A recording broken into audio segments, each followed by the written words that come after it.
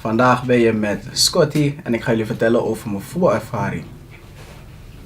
Bruv. Oh, ja. Kijk, de allerbelangrijkste voor mij was, ik had een wedstrijd op mijn verjaardag. Mijn vader is nooit komen kijken bij me. En op het moment dat hij kwam, bro, als je weet wat ik deed met die linkerbeen.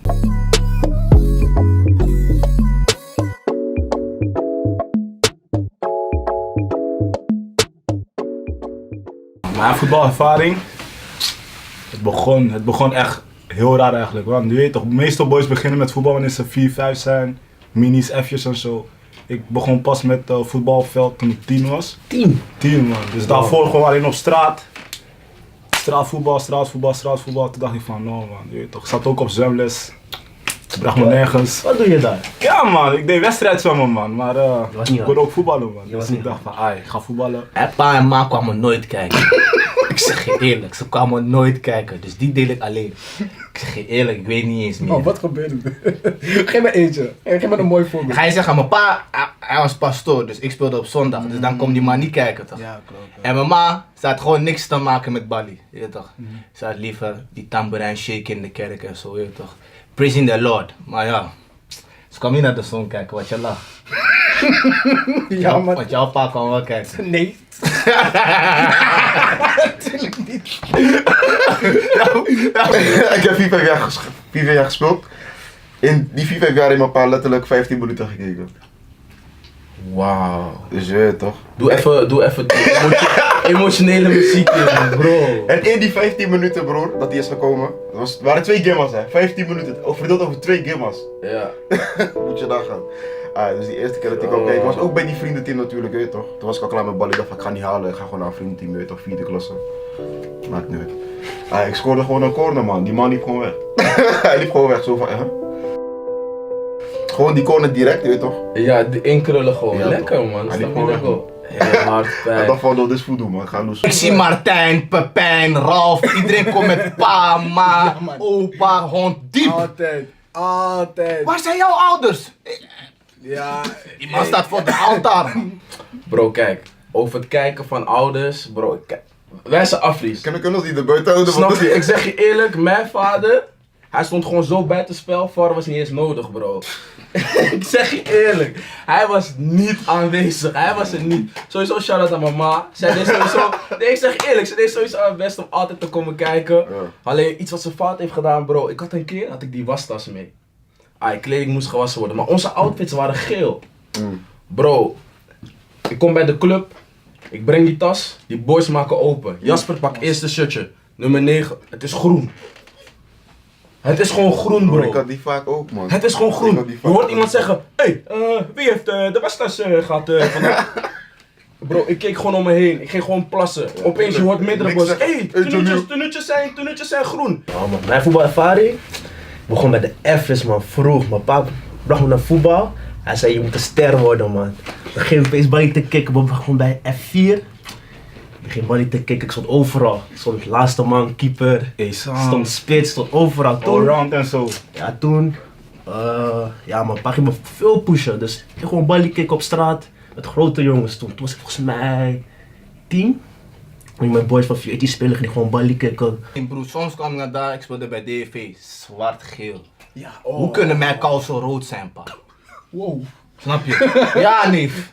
Kousen van ergens, ik weet niet waar ik, maar pak tas in. Boeit er niet, ze gooit alles erin. Wat heeft bidden voor een wedstrijd voor zin? Leg maar, weet je waarom? Jij bidt voor een wedstrijd, Ja, van, toch? God, ik wil scoren, ik wil 100 keer scoren, ik wil winnen. Maar de tegenstander doet dat ook. Voor wie moet God dan kiezen? Voor jou of voor hem? Die is taai man, ik had die laatst gelezen man. Snap je bro? Is taai, moe, man. is moe. Eigenlijk heeft het geen zin. Ja. Laten we gewoon... Ik hoor je. Ik zat met, jullie kennen deze, ik zat met Blanke Bos in het team. Maar ik ook met mokros. Want dan gingen we gewoon douchen, maar wij douchen gewoon met onderbroek toch? Ja. Wij douchen gewoon met onderbroek. Alf en Pepijn en Martijn bro. Douchen gewoon zonder onderbroek. Ja, man, precies. Bro, ik noem hem Martijn gewoon, weet je toch? Maar je weet wie je bent. De man. Hij kijkt alleen naar beneden. Bro. Wow. Alle Negro's, alle mokros.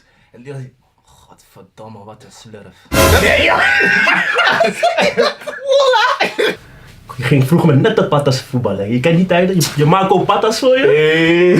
Je hebt toch die kerkpatas? Je hebt die kerkpatas? Helemaal kapot, man. Je gaat naar buiten, je maakt die helemaal stuk. Kom terug, je ma begint je fles. Hey, wat doe je? Ja, maar geen voetballen. Nee, mama. Ja, man, dat. Oh, je dacht hierna, maar gewoon met witte patas gaan voetballen in modder en zo Gek op ook, gras, gek maar ook. helemaal Kerkpatas, vies. gek ook, man. Bro, ik had het toen in Velendaal, bro. Maar mijn ma had mijn tas ingepakt. Ja? Maar die brede, bro, was zo nat. Was zo nat, was helemaal onderaan die tas. Bro, ik heb hem zo moeten mondje, hè. Gewoon met pijn. Maar ik was die kill sowieso van, hey, heb je jongen, nee. Maar bro, typ me eerder tegen mijn broodje pindakaas is helemaal nat. Hoe is het nat? Bro, die vocht, papa. In die boterham was gewoon helemaal nat, broer. Ik zag Ralf ook kijken naar me van, bro, dit vind je niet lekker. Maar ik dacht van, bro, ik moet het gewoon firmen, man. Veenendaal, bro, dan moet ik helemaal naar Amsterdam. Maag knorren. Kunstgras toch? Nou, ja, gras. En mijn ma, Enkel bos. ze haatte kunstgras. Ja, juist. Bro, hele tas vol met korreltjes. Je doet je schoen uit, Bro! al die korreltjes komen eruit, bro. Want ik kreeg het in mijn haar, mijn mond, mijn oor, neus, alles, bro. Die korrels Helemaal waren dom. fire, man. Wasmachine ging nog stuk van die korreltjes. Bro, Helemaal dom. Mijn Maar pa die bar. Ja, je gaat betalen, reparatie, dit, dat. Fysiek gezien toch, ik was dunner dan de rest. Maar qua techniek en snelheid kwam ik er wel doorheen steeds. Alleen, naarmate je ouder wordt toch, iedereen groeit harder en zo. Bij mij begon het echt laat. Kom je een paar kijken. Kill. Kom je een paar kijken. Het is een gevoelig onderwerp dat. Maar hij Hij kwam niet kijken. Papa man. kwam niet kijken. In de eetjes kwam hij nog kijken, maar toen...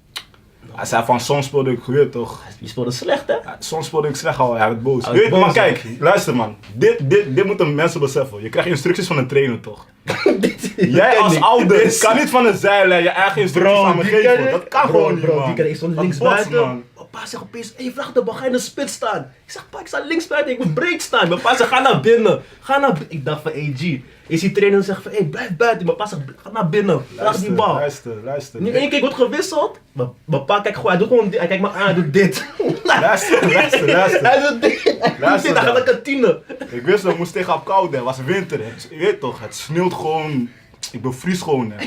Maar blijf in beweging, stond ook links buiten. Ja. Mijn pa staat gewoon achter me. Ik hoor hem gewoon in mijn mind piepen van. Wanneer je de bal krijgt, schiet gewoon. Ik denk, ik sta links buiten, ik moet gewoon naar binnen kap op. Ja, toch, bal afgeven. Spits, klapt hem erin. Nee, man. Hij zegt nee, schiet. Eindstand. Ik dacht van, laat me gewoon naar mijn pa luisteren, want hij lult. Ik krijg zo de bal. Schaart voorbij de man. Ik denk van, weet je wat, ik schiet. Bro, bal is gewoon parkeer dinges man. Trainer flash man, hij zegt van, hey, jij komt er nu uit en zo. weet je waar ik ook aan denk? Ik zat in een tijd, bro. Ja. Ik had gewoon een dingesman, een meisje in mijn team. Maar ik ken die praktijk ook wel. Ik moest Maar ook... bro, ze was hard. Ze speelt nu bij Heerenveen. Ja, ze was hard. Ik zeg je eerlijk. Laat me ook iets vertellen. Kijk, we sporen tegen Smitshoek. De Rotterdammers kennen het als Wat Smitshoek. is... Is een soort van een club die heet die hoog speelt. Ook divisie, voetbal, bla bla. Ze Wat dragen gebeurde? allemaal ballieu. Ja, oh nee, wat? Smitshoek. RVVA, dat was het. We sporen tegen een vrouwenteam. Eerste selectie. Wat gebeurt er? We sporen tegen een vrouwenteam. We waren B-selectie. We pleiten tegen vriendschappelijk. We worden tegen vrouwen. Ze hadden zeker groot. Die chest was Bro. daar. Aanname op de borst. Raad gewoon wat die stand was, bro. Je hebt verloren? Raad gewoon die stand. Vraag wie je verloren gewonnen. 419. Raad die stand, alsjeblieft. Nee, ik denk dat jullie 3-1 hebben verloren. Bro, 17-0. Gekregen.